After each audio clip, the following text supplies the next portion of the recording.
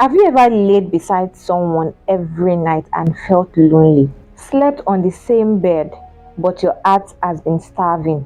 Before you click away, thinking that could never be me, listen. Loneliness in marriage isn't always loud. Sometimes it wears a smile. Sometimes it hides behind matching outfits together in church.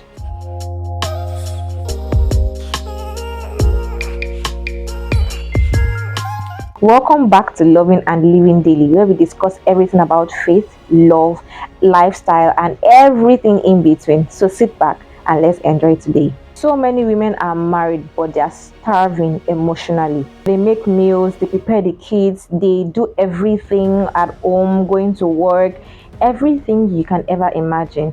And the last time they ever heard, "How are you really doing?" and waiting to get your answer or your response, they cannot remember. That kind of marriage where you try to communicate but it ends up in defense and conflict. That kind of marriage where you are trying to initiate intimacy but is always tired. That kind of marriage where you are trying to communicate your needs and your hurt and your desires, but it comes off as complaining or nagging. And then guilt shows up, making it look like, why are you even complaining about the things some people are really praying to have? I know you understand that feeling. So you stay quiet, you shrink, and you normalize this loneliness. This is not normal, and we are here to discuss it.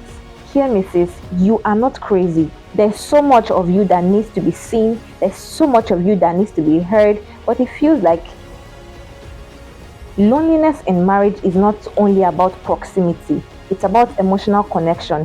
You can be in the same room and be far apart in your world, and you can be in different countries and be as close as you can imagine emotionally. You feel lonely because your heart has no place to land. Loneliness occurs when you have your heart needs that are not met, even if those are met. So we see people that are in a well-to-do family. They are not lacking financially and in some other aspect of their lives, but they are very lonely because it's not about the bills, it's about your internal needs. It's not about the cash or the cash flow.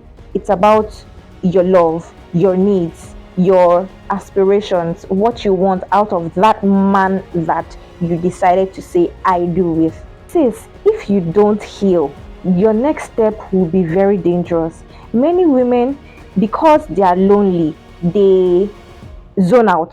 Many women, because they are lonely, they start finding love in places where they should not be finding love. Many women, because they are lonely, they start becoming bitter and wicked.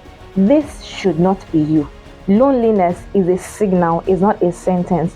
Loneliness is a pointer to the fact that your communication, your connection in your marriage needs urgent help. And this is the point where you need to step out of that home and seek for counsel. Seek for professional counseling. Myself and my husband are professional marriage counselors. We address issues like this. We've helped a lot of families restore back the friendship, the life, and the breath in that family. So if you are going through something like this, feel free to reach out to me or reach out to us. Our handle on all social media platforms is Love and Emotions Hub, and you can send us a mail at loveandemotionshub@gmail.com, and we'll do very well to attend to every of your needs.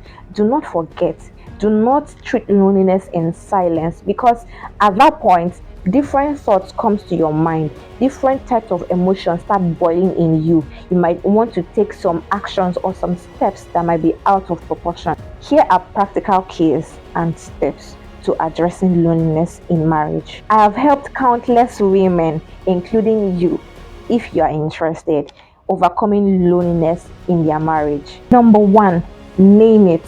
Stop calling it rough patch. Yes, it's a rough patch, but it's also emotional abandonment. When you name something, it's easier for you to address that thing because you are defining it. Number two, communicate without blame.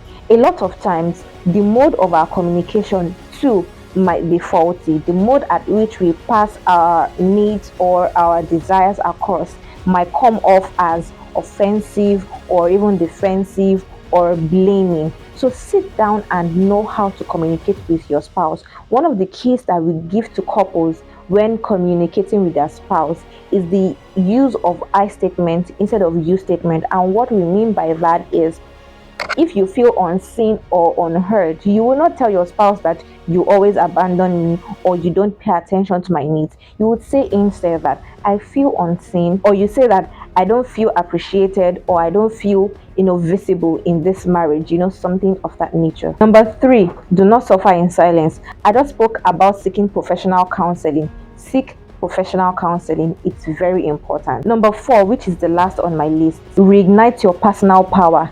Because you got married does not mean that you should stop paying attention to yourself. Pick up yourself, invest in yourself, become better versions of yourself, keep learning, keep growing, and this page is one of the resources you'll be needing to become better versions of yourself. Do not let me remind you, before you even start watching our videos, turn on the notification button so that every time I drop a new video, you can always be the first to watch it. Sis, your feelings are very valid, and your marriage should not be the graveyard of your emotions. So if you are going through this season of your life, it's time to take up the stick and walk this walk together and restore that life and breath in your marriage. If this hits home, do not forget to hit the like button, subscribe to this channel, and share to your friends that are going through this season of their life. Remember, keep loving and living daily.